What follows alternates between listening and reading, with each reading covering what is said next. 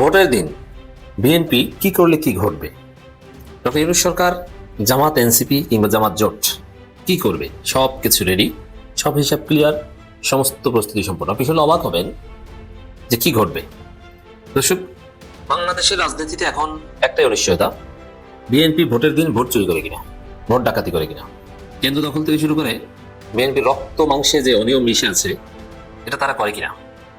তো সেখানে যদি তারা করে, তাহলে ইউনূস সরকার কি করবে আর জামাত শিবির এনসিপি কি করবে, সব রেডি।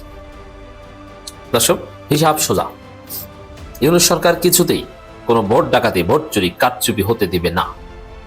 ইউনূস সরকার বাধ্য, বিএনপি ভোট চুরি করলে তার বিরুদ্ধে ডিসাইসিভ অ্যাকশন নিতে।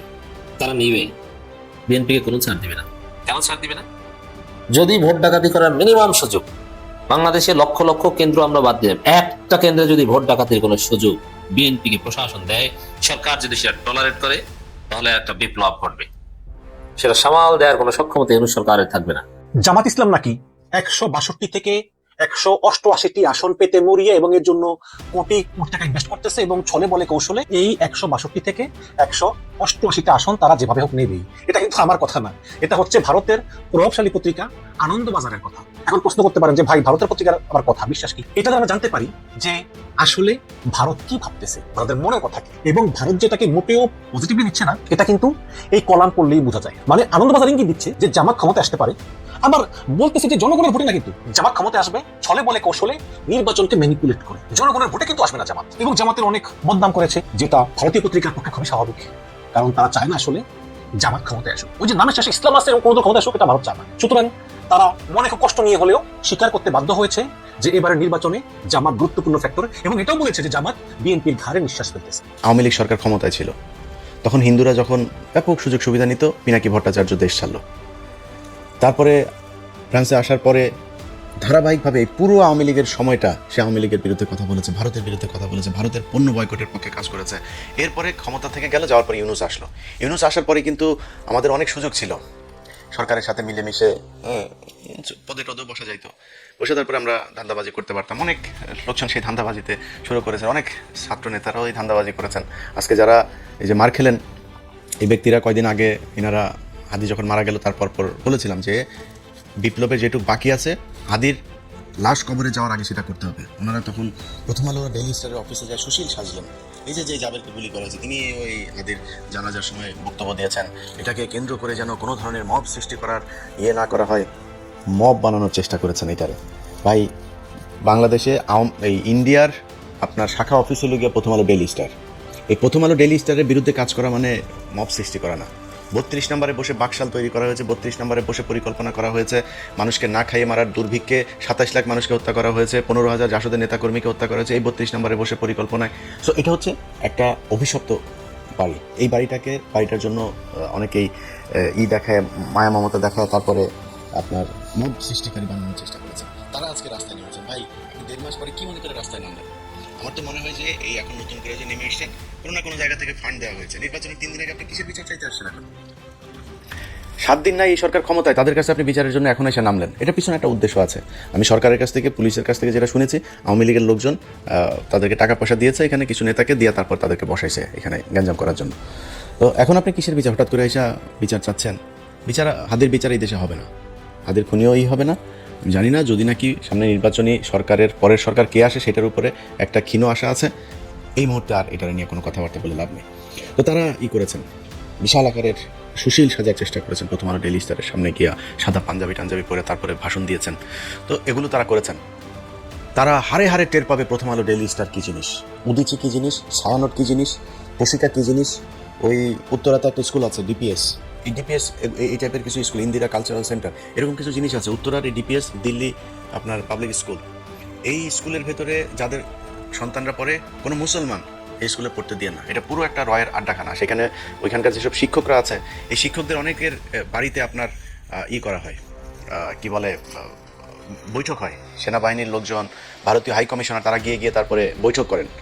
তো এগুলো হচ্ছে এখন এই টাইপের এই প্রতিষ্ঠানগুলোকে বাংলাদেশে রাখা যাবে না। এগুলোকে রেখে বাংলাদেশের স্বাধীনতা, সার্বভৌমত্ব আপনি টিকায় রাখবেন, এটা খুব কষ্টকর হবে। যেই কারণে এগুলোর বিরুদ্ধে ব্যবস্থা নিতে হবে। আমরা 1.5 বছর অপেক্ষা করেছি। প্রথম আলোর এই টিপু সুলতান, মতিয়ার, এই সন্তোষ শর্মা কালবেলার, তারপরে প্রথম আলোতে আরও আছে মহিউদ্দিন, তারপর ওই যে ইয়েতে গিয়েছে, এখন এফপিতে গিয়েছে আপনার সাবিহা, এই যে এই আপনার শফিক, আপনার তত্ত্বাবধায়ক সরকারের যে শফিক, এরা সব সিন্ডিকেট, এরাই এই আপনার বানানোর, ইদানিং আবার বিবিসি বাংলা তাদের সাথে যুক্ত হয়েছে। এই সিন্ডিকেট মিলে বাংলাদেশকে জঙ্গি রাষ্ট্র বানানোর জন্য আপনার আবার নতুন করে পায়তারা করছে। তো তাদেরকে আপনার বন্ধ করতে হবে, তো আপনি করেন নাই, না করে তারপরে রাষ্ট্র পরিচালনা করবেন, সুন্দর করে আপনার চালাবেন, এটা মনে করার কোনো কারণ নেই। যাই হোক, এখন ধরেন আমি আর পিনাকি দাদা, আমরা দুজন এই সরকারের শুরু থেকেই এখন পর্যন্ত আমরা একটা জায়গায় স্থির থেকেছি যে আওয়ামী লীগের ব্যাপারে জিরো টলারেন্স দেখাইতে হবে। এখানে কোনো নমনীয়তা চলবে না। চুরি করেন, বাটপারি করেন, যা করেন ইচ্ছা করেন। ওমা, হত্যা মামলার আসামিরা উপদেষ্টাদের সাথে যায় বৈঠক করে। তো আমি আমার এই জার্নিতে আমি পিনাকি দাদাকে সবসময় পাশে পেয়েছি।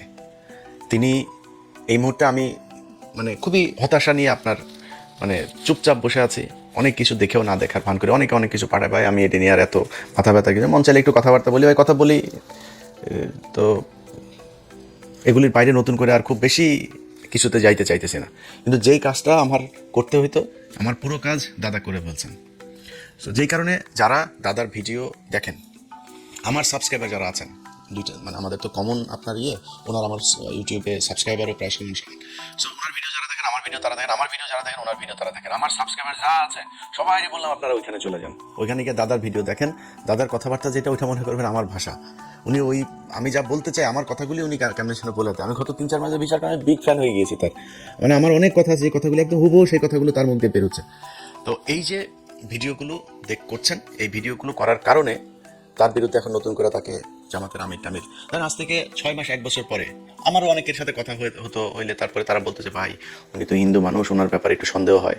তো আমি বলতাম যে ভাই দেখেন, উনি তো হিন্দু হইলেও উনি যে কাজগুলো করছেন সে কাজগুলো তো গুরুত্বপূর্ণ। উনি যতদিন কাজ ঠিক করবেন ততদিন আমাদের ওনার নিয়ে সন্দেহ টন্দেহ করার তো কিছু নাই। যেদিন লাইন থেকে বিচ্যুত হবে সেদিন আমরা নিজেরাই কথা বলবো, সমস্যা কি। কিন্তু এই গেল 6 মাসে আমি নিজে এইভাবে কারোর সাথে আর এটা নিয়ে এগ্রি করি নাই যে না, এই 6 মাসের ভিতরে আমার কেউ বলে ভাই আর কত একজন মানুষের জাজ করবেন, আর কত পরীক্ষা নেবেন তার। সেই 2014-15 সাল থেকে শুরু করে ধারাবাহিকভাবে সে ভারতের বিরুদ্ধে কাজ করছে, এবং ভারতের বিরুদ্ধে জ্বালাময়ী বক্তব্য, ভারতকে করে ফেলবো সে, এইটা না, এইটুক না, খালি একদম তথ্য প্রমাণ সহ ইতিহাস ভিত্তিক। এইটা মানে আমাদের এই বাংলাদেশে বহু লোকজন আছে যারা আমাদেরকে ভিউ ব্যবসায়ী, তারপরে অনেক তুচ্ছতাচ্ছিল্য করে কথা বলেন, তাদের ভেতরে অনেকেই এখন ইউটিউবে, যেমন ধরেন মাসুদ কামাল এক সময় বলতো যে আমরা হইলাম গিয়া টাকা পয়সার জন্য ভিডিওতে কথা বলি। হ্যাঁ, মাসুদ কামালের যে ইউটিউব চ্যানেল আছে ওইটাতে মনিটাইজেশন করে নাই, 1 টাকাও উনি কামাই করেন না, ফ্রি সোশ্যাল সার্ভিস দেন।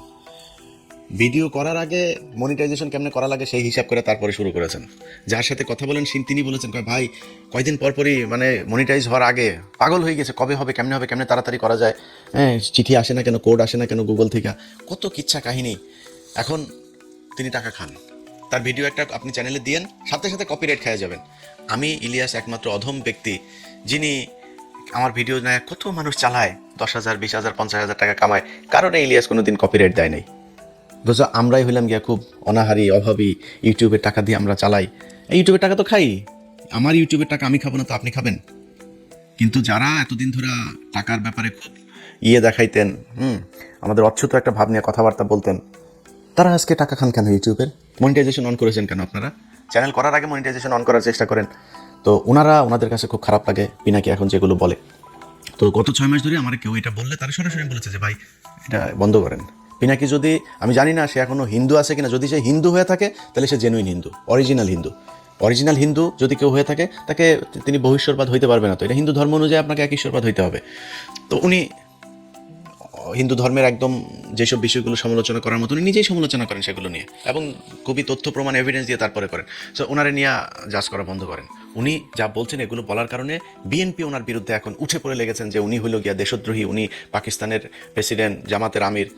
একই কথা আমার বলে, আমি যদি একটু যে বললাম না, আমি কিছুটা সুবিধাজনক জায়গায় আছে, আর ভাল লাগে না এই দেশের বিরুদ্ধে কথা বলতে যায়। অনেক প্রভাবশালী সেনা প্রধান থেকে শুরু করে অনেক প্রভাবশালী মানুষের বিরুদ্ধে কথা বলেছে, ব্যক্তিগত শত্রু হয়েছে। লাভটা হয়েছে কি? 5 তারিখের পরে এই দেশ ঠিক হয় নাই। এই দেশ জীবনে কোনোদিন ঠিক হবে, মানে নিকট ভবিষ্যতে ঠিক হবে, এটা আমার মনে হয় না। যদি জামাত ক্ষমতায় আসে একটা ক্ষীণ আলো মানুষের মাঝে আছে, যদি না আসে সেই ক্ষেত্রে ভবিষ্যৎ অন্ধকার। তো এখন বিএনপির লোকজন সব ওনার বিরুদ্ধে লেগেছেন যে পিনাকি হইল গিয়া দেশদ্রোহী, পিনাকি তাদের বিরুদ্ধে জামাত ইসলামের টাকা পয়সা খেটে। ভাই পিনাকি কার কাছ থেকে টাকা খেয়েছেন ওই হিসাব আপনার নেওয়ার দরকার নেই। পিনাকি যেটা বলে সেটার কাউন্টার ন্যারেটিভ আপনার কাছে আছে? আপনার পক্ষে কাজ করে বিরিয়ানির দোকান থেকে টাকা খাওয়া মাল, তারপরে নানান ধরনের ডিজিএফআই এর ভাতাপ্রাপ্ত লোকজন, তারপরে আছে এরকম সব ধান্দাবাজগুলো একসাথে যা মিলেছে। এখন এইসব ধান্দাবাজ আপনি 2-4 কোটিও যদি নিয়ে পাশে বিরান, তো এটা দিয়ে কি পিনাকি ইলিয়াসের কাউন্টার দেওয়া যাবে? গেল না কেন? আপনার পক্ষে কথা বলে না কেন? সেটা চিন্তা করেন। পিনাকি ইলিয়াস আপনার দলে থাকলে যারা বিরিয়ানির দোকানে টাকা খায় তাদের চেয়ে উপরে থাকতে পারতো না? তো পিনাকি ইলিয়াস যায় নাই কেন আপনার দলে? সেটা চিন্তা করেন। আপনার কাছে টাকা চেয়েছিল তো ফাঁস করে দেন। যদি টাকা চেয়ে থাকি, পিনাকিদা যদি টাকা চেয়ে থাকে, দেন ব্যবহার করে থাকে, ফাঁস করে দেন, কোনো সমস্যা নেই। তারা টাকার জন্য চাইতেন, তারা কিছু জিনিস চেয়েছিল এই বিএনপির কাছ থেকে, বিএনপি সেটা করে না। বিএনপির কি যে আওয়ামী লীগের লোকজনকে আপনারা আনতে পারবেন না? ওনাদের এখন মিটিং মিছিলে সরাসরি ওপেনেই বলে আওয়ামী লীগ আমাদের ভাই, আওয়ামী লীগ আমাদের ভাই, ওদের মামলা, ওদের বিরুদ্ধে কোনো পুলিশ যদি হয়রানি করে থানা ঘেরাও করা হবে, এগুলো বিএনপির লোকজন বলছে সরাসরি। এগুলো আমাদের গালে জুতা মারার মতো অবস্থা, যেই কারণে তাদের পক্ষে দাঁড়াইতে পারিনি আমরা, যে কারণে পিনাকিদা আজকে কথা বলে। কারণ পিনাকিদা যেই কথাগুলো বলে ওটার আপনার কাছে কোনো জবাব আছে? ও আপনি ফ্যামিলি কার্ড দিবেন, সেই ফ্যামিলি কার্ড দেওয়ার জন্য মানুষের কাছ থেকে কিছু জায়গায় টাকা নেওয়া হচ্ছে, কিছু জায়গায় বলা হচ্ছে এটা এটিএম মেশিনে ঢুকাইলে নাকি টাকা কচকচ করে বের হয়ে আসবে, কিছু জায়গায় বলে পান বিড়ি চা নাস্তা যা আছে সব ফ্রি দিবে, কেউ বলে চাল ফ্রি দিবে, কেউ বলে 200 টাকার বাজার করলে 100 টাকা ফ্রি। আরে ভাই এই কি অবস্থা? ট্রিটমেন্ট করতে গেলেও বলে সেখানে এই কার্ড ঢুকায় তারপরে ট্রিটমেন্ট ফ্রি করা যাবে, মানুষের কাছ থেকে বলে টাকা হাওলা তো করা যাবে ব্যাংক থেকে এই টাকা দেওয়া। এই হয়েছে অবস্থা। ক্ষমতায় যাওয়ার আগেই একটা কার্ড নিয়ে আপনারা দুর্নীতি শুরু করেছেন, মিথ্যাচার শুরু করেছেন। ক্ষমতায় যাওয়ার পরে আপনারা কি করবেন আমরা সেটা চিন্তা করেন। এখন জামাত ইসলামের সাথে লাগতে চান, জামাত ইসলামের ক্ষমতায় যাওয়ার ইয়ে নাই, জামাত ইসলামের ক্ষমতায় যাওয়ার ইয়ে নাই, এটা সত্যি কথা, অভিজ্ঞতা নাই। আপনাদের মতো ব্যাংকের টাকা লুটপাট করার অভিজ্ঞতাও নাই, এটাও সত্যি কথা। আপনাদের মতো বিদ্যুৎ না দেওয়া তারপরে আপনারা কিমি বিক্রি করেছেন, এগুলো সত্যি কথা। আর অনেক কিছু আছে যেগুলো আপনারা করছেন। তো এই যে কাজগুলো করেছেন এটা তো জামাতের নাই। জামাত ইসলামের অভিজ্ঞতা আছে কিসের?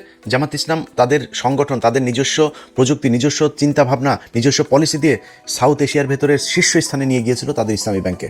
তাদের প্রতিষ্ঠানে যান, কোনো গ্যাঞ্জাম আছে? তাদের প্রতিষ্ঠানে যান, কোনো লস আছে? তাদের প্রতিষ্ঠানে কোনো বিশৃঙ্খলা আছে? নাই। সবগুলো প্রতিষ্ঠান সুন্দরভাবে চলছে। তারা এই প্রতিষ্ঠানগুলো যদি সুন্দরভাবে চালাইতে পারে তাহলে রাষ্ট্রটাকেও সুন্দরভাবে চালাইতে পারবে। তাদের ব্যাংক যদি এত সুন্দর হয়, আর সরকারি ব্যাংকগুলো প্রতি মুনাফা তারা টানাপোড়ানের ভেতরে আছে, সব সময় প্রতি বছরই বাংলাদেশ ব্যাংকে তাদেরকে আপনার দিতে হয়, পুঁজি দিতে হয়, না দিলে ব্যাংক বন্ধ হয়ে যাওয়ার মতো অবস্থা। আর ইসলামী ব্যাংক হু হু হু হু করে উঠেছে। এই গেল 15 বছরে হাসিনা যখন এই ব্যাংকে নিয়েছে তখন আবার এটা লুটপাট শুরু হয়েছে, এটা নিচের দিকে অধঃপতন শুরু হয়েছে। আবার জামাত ইসলাম নিয়েছে, এখন আবার উপরের দিকে যাচ্ছে। তো তারা তো এই অভিজ্ঞতা দেখিয়েছে যে সৎ যোগ্য লোকজন দিয়ে কিভাবে তাদের প্রতিষ্ঠান পরিচালনা করা হয়, ওই লোকজন দিয়ে তারা রাষ্ট্র পরিচালনা করতে পারবে। এখন আপনি কি করতে পারবেন? আপনারা যারা চাঁদা নিয়ে বহিষ্কার হয়েছে তাদেরকে দলে এনেছেন, ঋণ খেলাপি যারা, সেই খেলাপি ঋণগ্রস্তদেরকে আপনি দলে মনোনয়ন দিয়েছেন। ভাই বিএনপির রাজনীতি এখান থেকে বের হয়ে আসতে হবে। পিনাকি আর ইলিয়াসটা নিয়ে সারাদিন গুতাগুতি করে লাভ নাই। আপনারা নিজেদের পলিসি নিজেরা চেঞ্জ করতে হবে।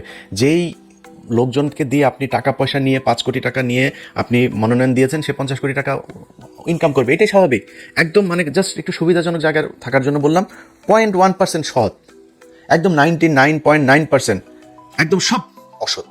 এই বিএনপিতে সব অসৎ। এখন অসৎ মানেই আবার এখানে আবার কিছু বিষয় আছে। বিএনপিতে বিশাল একটা সংখ্যা আছে যারা এন্টি ইন্ডিয়ান। বিএনপিতে অনেক ভালো কিছু মানুষ আছে, ভালো মানুষের সংখ্যা কী সেটা আমি জানি না।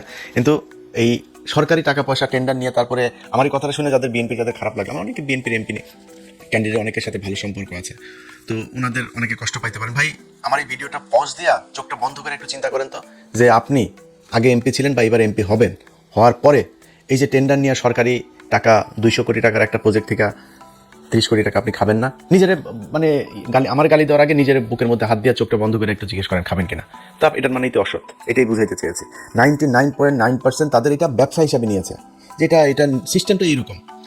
এই সিস্টেমে বাংলাদেশের রাজনীতি চালানো যাবে না। কারণ এমন একটা দল আপনাদের ঘাড়ের উপরে নিঃশ্বাস ফেলছে, যারা 1 টাকার দুর্নীতি করে না, যারা কারোর বাড়িঘর দখল করে না, যারা ঘুষ খায় না, সুদ খায় না, যারা আরেকজনের মেয়েকে দেখে ইফটিজিং করে না, যারা ওই আপনার বাড়ি করতে গেলে রড সিমেন্ট ইট দেওয়ার জন্য আপনার বাড়িতে যায় হামলা চালায় না, আপনার দোকানে গিয়ে চাঁদাবাজি করে না, সেই দলটার সাথে আপনাকে কম্পিটিশনে থাকতে হইলে আপনাকে ওইরকম কোনো একটা কিছু নিয়ে আসতে হবে। আগের পলিসি দিয়ে রাজনীতি করতে গেলে আওয়ামী লীগের সাথে নিয়ে না, আওয়ামী লীগের সাথে আরও কোনো দল যদি সাথে নেন সেগুলো নিয়েও লাভ নেই। কারণ সাধারণ মানুষ বুঝতে শিখেছে, ঘরের মধ্যে বসে একটা নারী ফোনের মধ্যে দেখছে যে একটা মেয়ে ভোট চাইতে গিয়েছে, তার পেটের মধ্যে লাথি মারা হয়েছে, আপনারা ভোট দিবে সেই ব্যক্তি? আপনি জোর করে মানুষের কাছ থেকে আপনার সামনে ধানের শীষের মিছিলে যাবে, সেই ব্যক্তি ভোটের দিন দাঁড়িপাল্লায় ভোট দিবে, আপনি জিতে যাবেন? এত স্বপ্ন দেখা উচিত না। যাই হোক, আমাদের নিয়ে সমালোচনা না করে আপনাদের উচিত হবে এই নিজেদের সংশোধন করলে আমার মনে হয় আপনাদের দলের জন্য ভালো হবে। সবশেষ সবাই আবারও বলি, পিনাকিদার ভিডিওগুলো, প্রতিটা ভিডিও যারা দেখেন না তারা গত 2 মাস ধরে কি কি ভিডিও করেছে পিছনে যায় ওনার চ্যানেলে গিয়ে তারপরে সাবস্ক্রাইব করে আসবেন, সাবস্ক্রাইব করবেন। যাদের মনে হয় যে যারা দেশের জন্য কাজ করে তাদের চ্যানেলে সাবস্ক্রাইব করবেন, তাদের পেজে ফলো দিয়ে রাখবেন। আশপাশের লোকজনকে নিয়ে ফোন দিয়ে তারপরে দাদার চ্যানেলে বলবেন যে এই ফোনটা দেন, ওর চ্যানেলে ইউটিউবে ঢুকে দাদার চ্যানেলটা খুঁজে বের করে সাবস্ক্রাইব করাই দিবেন। প্রথম আলোতে যদি ও 20 মিলিয়ন ইউটিউব চ্যানেলে সাবস্ক্রাইবার থাকে, ওইখান থেকে বের হবেন, বের হয়ে এসে দাদার চ্যানেলে ঢুকবেন। এটা দেখার দরকার আছে। মানে আমি আর আমার নিয়ে মার্কেটিং করলাম না, কারণ আমি ভাই খুব অসহায় মতো আছি। আমার মানে ভাল লাগে না আর। এই গত 13 বছরে যা দেখলাম, কত মানুষকে ফেরেস্তার মতো মনে করতাম, শালা সব মালখোর। এই মালখোরদের দিয়ে আর বেশি বিপ্লব দেখাইতে ভালো লাগে না, এই জন্য একটু সুবিধাজনক অবস্থায় আছি। দাদা এখনো বিপ্লবের ঠিক জায়গায় আছে, এই জন্য দাদার এখানে যাইতে বললাম। ভিডিও দেখেন, দেখে ডিসিশন নেন, ভোট কাকে দিবেন কাকে দিবেন না। ভালো থাকবেন, আল্লাহ হাফেজ। বিএনপি ভোটের দিন ভোট চুরি করে কিনা, ভোট ডাকাতি করে কিনা, কেন্দ্র দখল থেকে শুরু করে বিএনপি রক্ত মাংসে যে অনিয়ম মিশে আছে, এটা তারা করে কিনা।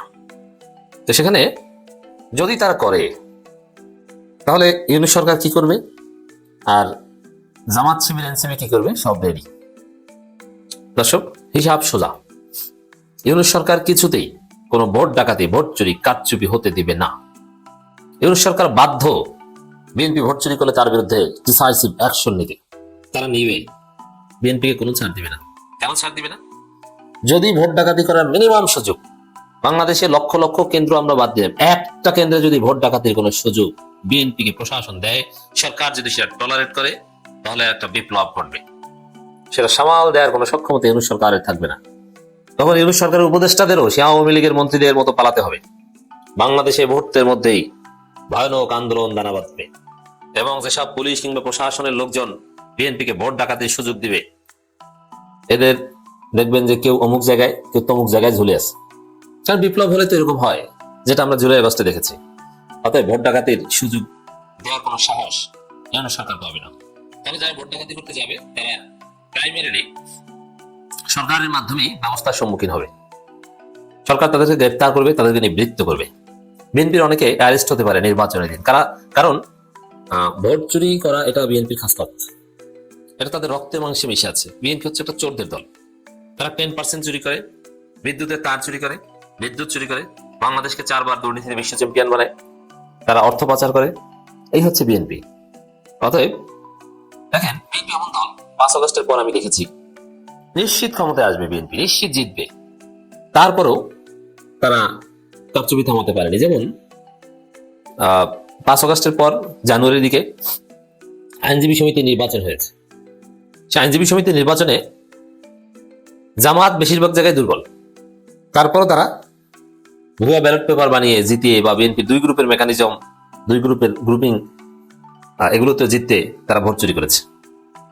এর যেখানে প্রয়োজন নাই সেখানেও ভোট চুরি করে। 2006 সালে আপনারা দেখেছেন কিভাবে তারা ভুয়া ভোটার তালিকা তৈরি করেছে, প্রয়োজন ছিল না।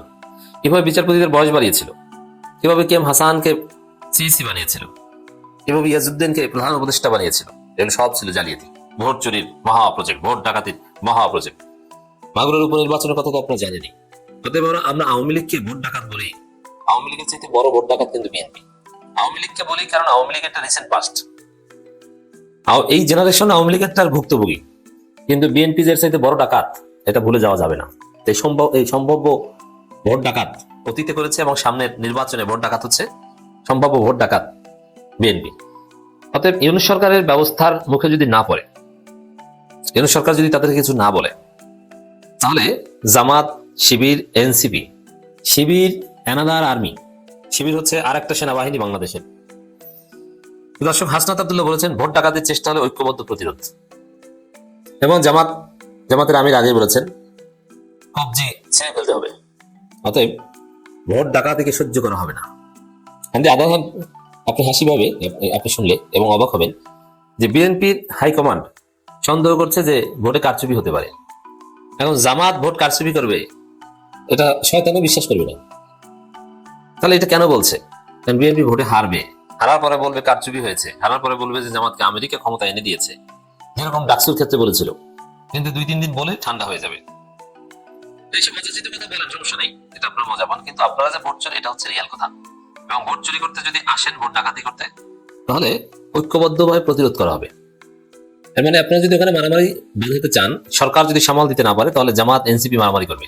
আর জামাতের সাথে শিবিরের সাথে মারামারিতে আপনি পারবেন না, সেই শক্তি আপনার হয় নাই। কখন কিভাবে আপনার কি হয়ে যায় আপনি টেরও পাবেন না, চোখে ধুয়া ধুয়া দেখবেন। অতএব যারা ভোট ডাকাতি করতে আসবেন তারা বাড়ি থেকে মাপ চেয়ে আসেন। এটা হচ্ছে লোকাল কেন্দ্রভিত্তিক হিসাব। জামাত প্রত্যেক কেন্দ্রে লোক রেডি রাখবে। মারামারি বদলে কি করতে হবে? আশেপাশে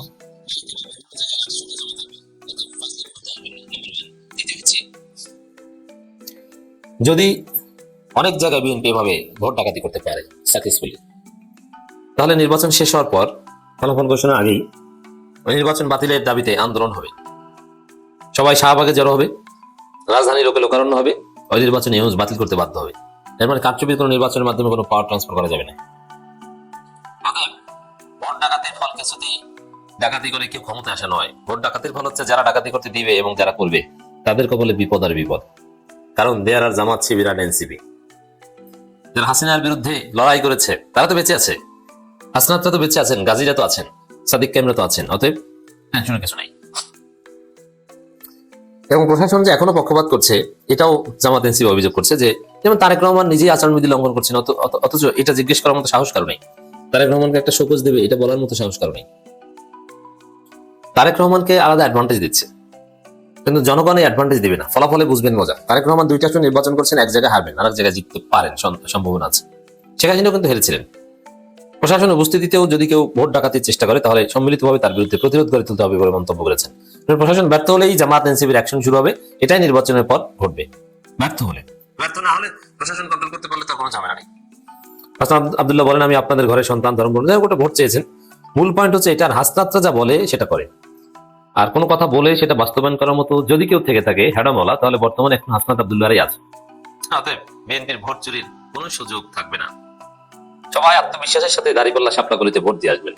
জামাত ইসলাম নাকি 162 থেকে 188টি আসন পেতে মরিয়ে এবং এর জন্য কোটি কোটি টাকা ইনভেস্ট করতেছে এবং ছলে বলে কৌশলে এই 162 থেকে 188টা আসন তারা যেভাবে হোক নেবেই। এটা কিন্তু আমার কথা না, এটা হচ্ছে ভারতের প্রভাবশালী পত্রিকা আনন্দবাজারের কথা। এখন প্রশ্ন করতে পারেন যে ভাই ভারতের পত্রিকার আমার কথা বিশ্বাস কি? এটা আমরা জানতে পারি যে আসলে ভারত কি ভাবতেছে, ভারতের মনের কথা কি, এবং ভারত যেটাকে মোটেও পজিটিভলি নিচ্ছে না এটা কিন্তু এই কলাম পড়লেই বোঝা যায়। মানে আনন্দবাজার ইঙ্গিত দিচ্ছে যে জামাত ক্ষমতা আসতে পারে, আবার বলতেছে যে জনগণের ভোটে না, কিন্তু জামাত ক্ষমতা আসবে ছলে বলে কৌশলে, নির্বাচনকে ম্যানিপুলেট করে। জনগণের ভোটে কিন্তু আসবে না জামাত। এবং জামাতের অনেক বদনাম করেছে, যেটা ভারতীয় পত্রিকার পক্ষে খুবই স্বাভাবিক, কারণ তারা চায় না আসলে জামাত ক্ষমতায় আসুক। ওই যে নামের শেষে ইসলাম আছে এবং কোনো ক্ষমতা আসুক, এটা ভারত চায় না। সুতরাং তারা মনে খুব কষ্ট নিয়ে হলেও স্বীকার করতে বাধ্য হয়েছে যে এবারের নির্বাচনে জামাত গুরুত্বপূর্ণ ফ্যাক্টর, এবং এটাও বলেছে যে জামাত বিএনপির ঘাড়ে নিঃশ্বাস ফেলতেছে। তো আমরা এর মাধ্যমে জানতে পারবো যে আসলে ভারতের আসলে অবস্থান কি জামাতকে নিয়ে। তো শিরোনাম দিয়েছে, নীরবেই নির্বাচনের গুটি সাজিয়ে চলেছে জামাত। লিখেছে, নির্বাচনে জেতার জন্য জামাত বিশেষ কৌশলের আশ্রয় গ্রহণ করেছে। কি সেই বিশেষ কৌশল? জামাত একটা নির্দিষ্ট সংখ্যক আসনকে টার্গেট করে ভোটারদের তথ্য সংগ্রহ করতেছে, এবং ভোটের দিনে জামাত বিশেষ প্রস্তুতি নিয়ে ওই ভোটারদেরকে ধরে ধরে নিয়ে ভোট কেন্দ্রে গিয়ে জোর করে জামাতে ভোট দেওয়া হবে। এবং যেই প্রশাসন আছে, আমলাতন্ত্র আছে, এদেরকেও নাকি জামাত ম্যানেজ করে ফেলেছে, এবং প্রশাসনের বেশিরভাগই নাকি জামাতের অনুগত। আমরা তো জানতাম যে প্রশাসনের বেশিরভাগই বিএনপির অনুগত, এখন আনন্দবাজার বলতেছে প্রশাসন নাকি জামাতের অনুগত। জামাত ইসলাম প্রশাসনকে কবজায় নিয়ে নিয়েছে, এবং বলা হয়েছে যে বিশেষ বাহিনীর একটি বিশেষ অংশ ভোটের দিন জামাতকে সহযোগিতা করবে। তার মানে হচ্ছে আইন শৃঙ্খলা বাহিনীর একটি বিশেষ অংশ ভোটের দিন জামাতকে নির্বাচনে জিততে সহায়তা করবে। আরো বলেছে, জামাতের পুরুষ এবং মহিলা কর্মীরা মানুষের বাড়িতে বাড়িতে গিয়ে প্রচার করতেছে, তাদের কাছে রিকোয়েস্ট করতেছে, তাদের হাত পা ধরতেছে, ধরবে, এটা তো আর অবৈধ কিছু না, তাই না? আবার বলতেছে, জামাতের কর্মীরা বাড়ি বাড়ি গিয়ে গরিব ভোটারদের কাছ থেকে জাতীয় পরিচয়পত্র নাম্বার মানে এনআইডি নাম্বার এবং মোবাইল নাম্বার সংগ্রহ করতেছে, এবং এইসব মোবাইল নাম্বারে পরে হয়তো টাকা পয়সা দিবে। সুতরাং ভোটারদের প্রভাবিত করে নিজেদের দিকে ভোট টেনে নিতেই জামাত মূলত এসব করতেছে। আরো বলতেছে যে জামাত 162 থেকে 188টি অগ্রাধিকার ভিত্তিক আসনে প্রচারের জন্য ব্যাপক পরিমাণ টাকা খরচ করতেছে, এবং সবচেয়ে বড় কথা হচ্ছে এক এলাকার ভোটার অন্য এলাকায় হস্তান্তর করতেছে। যেমন আনন্দবাজার বলতেছে, মনে করেন যে ঢাকা 1 আসন, জামাত জানে যে ঢাকা আসনে তারা কোনোভাবেই জিততে পারবে না, সুতরাং ঢাকা আসনের যে ভোটারগুলো আছে অল্প হলেও আছে যারা জামাতকে সমর্থন করে তাদেরকে ঢাকা 1 থেকে ঢাকা 8 ট্রান্সফার করেছে। মনে করেন ঢাকা 8 জামাত বিএনপির ভিতরে হাড্ডাহাড্ডি লড়াই হবে, কিছু সংখ্যক ভোট বেশি পেলেই জামাত জিতে যায়। সুতরাং জামাত ইসলাম ঢাকা 1 থেকে জামাত সমর্থিত ভোটারদেরকে নিয়ে ঢাকা 8 ভোটার বানিয়েছে। তো এইরকম করে নির্বাচনের অনেক আগেই জামাত সব প্ল্যান করে এক এলাকার ভোটার আরেক এলাকায় নিয়েছে, যাতে তারা নির্বাচনের সুবিধা পায় এবং তারা ভোটে জিতে আসতে পারে। এটা আনন্দবাজার বলতেছে। প্রতিটি আসনে জামাত 50 থেকে 100 কোটি টাকা খরচ করতেছে। এটা অতিরঞ্জিত, আমার বিশ্বাস হয় না। শুধু তাই না, তারা যে শরিক দল, জোট শরিক দল NCP, AB Party, Liberal Democrat Party, এদেরকেও তারা প্রচুর টাকা দিচ্ছে। আনন্দবাজার বলতেছে যে ভোটের দিন জামাত আরেকটা কৌশল নিবে। আমার কাছে খুব হাস্যকর বিষয়, আপনারা শুনেন। আনন্দবাজার বলতেছে ভোটের দিন ভোট কেন্দ্রের লাইনে, মানে ভোট দেওয়ার জন্য লাইন পড়ে না, সেই ভোট কেন্দ্রের লাইনে জামাতের কর্মীরা দাঁড়িয়ে পড়তে পারেন। দাঁড়িয়ে তারা সামনেও যাবেন না, পিছনেও যাবেন না, দাঁড়িয়ে থাকবেন, যাতে ভোট গ্রহণ প্রক্রিয়া মন্থর হয় বা ধীরগতি হয়। ফলে বিএনপির লোক এসে আর ভোট দিতে পারবে না, পরে তো ভোটের সময় শেষ হয়ে যাবে। এর চেয়ে হাস্যকর আর কি হতে পারে? বলতেছে যাতে বিএনপি ভোটাররা ভোট দিতে লাইনে ঢুকতে না পারে, অথচ ভোট গ্রহণের সময় কিন্তু 1 ঘন্টা বাড়ানো হয়েছে অলরেডি। আমার বলতেছে প্রশাসনের গুরুত্বপূর্ণ পদগুলোতে জামাত সমভাবাপন্ন ব্যক্তিদের বসাতে সক্ষম হয়েছে এবং ভোট কেন্দ্রে নিরাপত্তার দায়িত্বে থাকবেন আনসার বিডিপি সদস্যরা। অনেকের অভিযোগ প্রত্যেকটি ভোট কেন্দ্র পাহারায় জামাতের 15 থেকে 20 জন কর্মী থাকবেন। আমার বলতেছেন উপজেলা নির্বাহী কর্মকর্তা থেকে শুরু করে পুলিশের ডিসি, এসপি, ওসি বেশিরভাগ নাকি জামাতের সমর্থক। এটা নাকি ইউনূস সরকার সাজিয়েছে যাতে প্রত্যেকটা থানায় থানায় জামাত সমর্থিত ওসি, ডিসি, এসপি এরা থাকে। এটা নাকি ইউনূস সরকারের প্ল্যান। আমার বলতেছে জামাত ইসলামী স্কুল ম্যানেজিং কমিটিতে প্রথম থেকেই নিজেদের লোক ঢুকিয়েছে। সাধারণত ভোট কেন্দ্র কিন্তু স্কুলই হয়, তাই না? তো যেসব স্কুলে ভোট হবে সেই ভোট কেন্দ্র নাকি ওই স্কুলের ম্যানেজিং কমিটি নিয়ন্ত্রণে থাকে। ফলে এই জামাত সমর্থিত স্কুল ম্যানেজিং কমিটি প্রিজাইডিং এবং পুলিং অফিসারকে প্রভাবিত করে ভোটটা অন্যায়ভাবে জামাতের দিকে নিয়ে আসতে পারে। ভাবতে পারেন মানে কোন দেশে বাস করতেছে? এটা কি ভারতের ভোট নাকি? আমার বলতেছে বিশেষ একটি বাহিনীর বড় অংশে জামাতের প্রভাব রয়েছে, মানে সেনাবাহিনীর কথা বলতেছে আর কি, যদিও নাম বলে নাই। ওই বাহিনীর যশোর ও রংপুর এলাকার শীর্ষ কর্মকর্তারা জামাতকে ভোট দিতে সাধারণ মানুষকে চাপ দিচ্ছেন। এই যশোর ক্যান্টনমেন্ট এবং রংপুর ক্যান্টনমেন্টে নাকি ওই সব সেনাবাহিনীর বড় কর্মকর্তারা আছে, তারা ওইসব এলাকার লোকদেরকে বলতেছে তোমরা জামাতকে ভোট দিবা, অথচ আমি কিন্তু এরকম কখনো শুনিনি। এরা বলতেছে আবার খুলনার হিন্দু অধ্যুষিত গ্রামগুলোতেও চাপ দেওয়া হচ্ছে। যদিও খুলনায় জামাত খুবই স্ট্রং, তারা এই কলামে কিছু কিছু বিশ্লেষকের কমেন্ট নিয়েছে, কিন্তু একজন বিশ্লেষকেরও নাম প্রকাশ করেনি। মানে ওই যে অসমর্থিত সূত্র, বিশ্বস্ত সূত্র ইত্যাদি ইত্যাদি আর কি। আনন্দবাজার আরো বলতেছে এই ভোটে জিতার জন্য বহুদিন ধরেই দাবার গুটি সাজিয়েছে জামাত, এবং বিএনপি নেতাকর্মীরা যখন আওয়ামী লীগের উপর হামলায় ব্যস্ত তখন নিঃশব্দে এভাবেই কাজ করে গিয়েছিল জামাত, এবং এভাবেই জামাত মাস্টার প্ল্যান সাজিয়েছে নির্বাচন জেতার জন্য। তখন বিএনপি আওয়ামী লীগের উপর হামলায় ব্যস্ত ছিল। আবার বলতেছে আওয়ামী লীগের 30 থেকে 35% 10% ভোটারও যদি ভোট কেন্দ্রে ভোট দিতে যান তাহলে বেশিরভাগ ভোটারই নাকি জামাতকে ভোট দিবেন। আমার তো বিশ্বাস হয় না। বিএনপির লোকেরা মির্জা ফখরুল সহ যেভাবে সারাদিন আওয়ামী লীগের প্রশংসা করে আওয়ামী লীগকে ফিরিয়ে আনে, আওয়ামী লীগের মামলা উঠে দিব, দল হিসাবে আবার গ্রহণ করবে। আবার একজন বলে যে ক্ষমতায় আসলে বিএনপি মধ্যবর্তী নির্বাচন দিবে এবং সেই নির্বাচনে আওয়ামী লীগকে সুযোগ করে দিবে। আবার ভিপি নূর বলে আওয়ামী লীগের দায়িত্ব আমি নিলাম, এরকম তো বলতেছে। জামাত তো এগুলো বলে না, তাই না? কিন্তু তারপরেও আনন্দবাজার মনে করে যে আওয়ামী লীগের সব ভোট নাকি জামাতই পাবে। এসব দিক দিয়েই তারা মনে করে যে বিএনপির ঘাড়ে নিঃশ্বাস ফেলতে পারে জামাত। তবে এটাও সত্য যে আওয়ামী লীগের সব ভোট যে বিএনপিতে যাবে তা কিন্তু না, বাট বেশিরভাগ ভোটই যাবে বিএনপিতে। একটা জরিপ হয়েছে সাম্প্রতিক সময়ে, সেখানে লিখেছে যে 48% আওয়ামী লীগ সমর্থক বিএনপিতে ভোট দিবেন, আর সামান্য কিছু জামাতকে ভোট দিবেন, আর বাকিরা ভোট কেন্দ্রেই যাবেন না। তাহলে এখানে দেখুন যে আওয়ামী লীগের বেশিরভাগ ভোটগুলো কিন্তু বিএনপিতে যাবে। কারণ আওয়ামী লীগের সমর্থকরা মনে করেন যে একমাত্র বিএনপি ক্ষমতা এলেই আবার আওয়ামী লীগের পুনর্বাসন সম্ভব হতে পারে, যেটা বার্তা সংস্থা রয়টার্সকে ইন্টারভিউতে তারেক রহমান বলেছেন গতকালকে, যে শেখ হাসিনার পুত্র কন্যা ইচ্ছা করলে রাজনীতি করতে পারবে যদি জনগণ চায়। একটা ইঙ্গিত আছে যে বিএনপি ক্ষমতা আসলে হয়তো আওয়ামী লীগকে আবার ফিরিয়ে আনবে। তো এইসব কারণেই আওয়ামী লীগ সমর্থকরা বিএনপিতে ভোট দিবে, এটা স্বাভাবিক। কিন্তু এখানে বলতেছে যে আওয়ামী লীগের ভোটগুলো সব জামাতে যাবে। তবে এটাও সত্য যে আওয়ামী লীগের নামে জায়গায় জায়গায় যেসব মামলাগুলো, এসব মামলার বাদী কিন্তু বিএনপির লোক, জামাত কিন্তু মামলা করেনি। হ্যাঁ, তো কিছু কিছু আওয়ামী লীগের লোকদের আবার ক্ষোভ আছে বিএনপির প্রতি, তারা জামাতকে ভোট দিবে, বাট আওয়ামী লীগের বেশিরভাগ ভোট কিন্তু বিএনপি পাবে। তো এই হচ্ছে অবস্থা। দর্শক এখানে দেখলেন যে ভারতীয় পত্রিকা আনন্দবাজার তারাও কিন্তু বলতেছে যে জামাত বিএনপির ঘাড়ে নিঃশ্বাস ফেলতেছে এবং জামাত নির্বাচনকে প্রভাবিত করে, নির্বাচন ম্যানিপুলেট করে, মানে অবৈধভাবে, মানে আনন্দবাজারের মতো অবৈধভাবে 162 থেকে 188টি আসন পরিকল্পনা করে তারা জয়লাভ করে আসবে। যদিও আমি আনন্দবাজারের এই কলামের সঙ্গে মোটেই একমত নই, বাট জামাত ইসলামের উত্থান দেখে আনন্দবাজারী ওদের এই যে উদ্বেগ, আক্ষেপ এবং মিথ্যার ফুলঝুরি, এটা ভালো লাগতেছে। দর্শক আপনাদের মন্তব্য জানতে চাই।